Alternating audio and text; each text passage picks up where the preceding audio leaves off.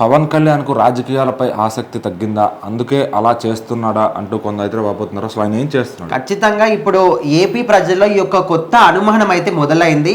పవన్ కళ్యాణ్కి రాజకీయాల మీద ఆసక్తి తగ్గిందని చాలా మంది కూడా అనుకుంటున్నారు. అంటే దీనికి కారణం కూడా లేకపోలేదు. రీసెంట్గా అక్కడ కలెక్టర్ల సదస్సు జరిగినప్పుడు 3 రోజుల పాటు జరిగింది.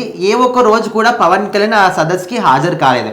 ఓన్లీ ముఖ్యమంత్రి చంద్రబాబు నాయుడు హాజరయ్యాడు తప్ప ఫస్ట్ డే ఒక మాట చెప్పాడు, పవన్ కళ్యాణ్కి ఆరోగ్యం బాగలేదు, అందుకోసమని ఆయన రాలేదనే విధంగా ఆయన చెప్పినప్పటికీ కూడా తర్వాత ఆయన పిఠాపురం నియోజకవర్గంలోని ఆ పోలీసులకు సంబంధించి అక్కడ మాత్రం రియాక్ట్ అయ్యారు.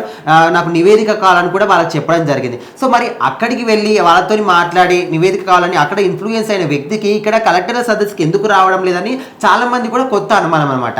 ఎందుకంటే ఎప్పుడైతే కూటమి ప్రభుత్వం ఫామ్లోకి వచ్చిందో అప్పటి నుంచి రాజకీయాల్లో జరిగినటువంటి ప్రతి ఒక్క మీటింగ్కి కావచ్చు, ప్రతి ఒక్క సభకి ఎక్కడ ఇష్యూ జరిగినా, ఎక్కడ ప్రాబ్లం ఉన్నా కూడా ప్రతి ఒక్క దాంట్లో కూడా ఆయన ఖచ్చితంగా పాలు పంచుకున్నాడు, అక్కడ ఆయన నిలబడ్డాడు. కాకపోతే ఇప్పుడు ఎందుకు అన్నిటి కూడా ఎందుకు వెళ్ళట్లేదు? ఒకసారేమో అనారోగ్యం అంటున్నారు, ఇంకోసారేమో వేరే అదే టైంకి వేరే చోట కనిపిస్తున్నాడు. మరి ఇట్లా ఎందుకు చేస్తున్నాడో, ఖచ్చితంగా ఆయనకు ఏమైనా రాజకీయాల మీద ఆసక్తి తగ్గిందని కూడా కొంతమంది అనుకుంటున్నారు.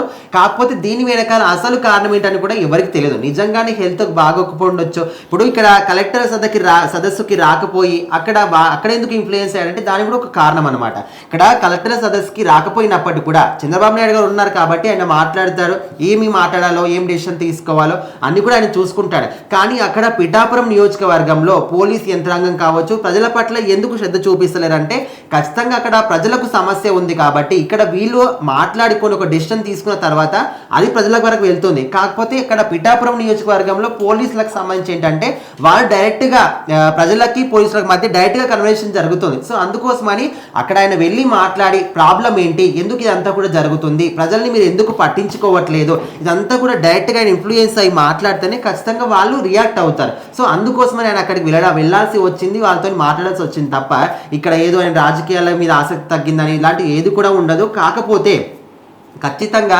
ఇప్పటికి ఒక 10 నెలల సమయం అయ్యింది, ప్రతి ఒక్క చోట కనిపిస్తున్నాడు. ఎక్కడ సభల్లో కానీ, మీటింగ్లో కానీ, మంచిగా ప్రసంగాలు కానీ, వాళ్ళు తీసుకునే డెసిషన్స్ కానీ రాష్ట్రం పట్ల అభివృద్ధి చెందే దిశగా ముందుకే తీసుకెళ్తున్నారు. ఓకే, కానీ ఇదే విధంగా 4 సంవత్సరాలు కూడా ఇదే విధంగా ముందుకెళ్తే ఖచ్చితంగా మీ పార్టీ కావచ్చు, మీ మీద ఉన్నటువంటి ఆ ఒక ఆసక్తి, నమ్మకం అంతా కూడా ఖచ్చితంగా ఇంకా ముందుకు వెళ్తుంది. మీరు ఏదైతే 15 సంవత్సరాలు అని చెప్తున్నారో 15 సంవత్సరాలే కాకుండా ఇంకా ముందు కూడా వెళ్ళే అవకాశం ఉంటుంది.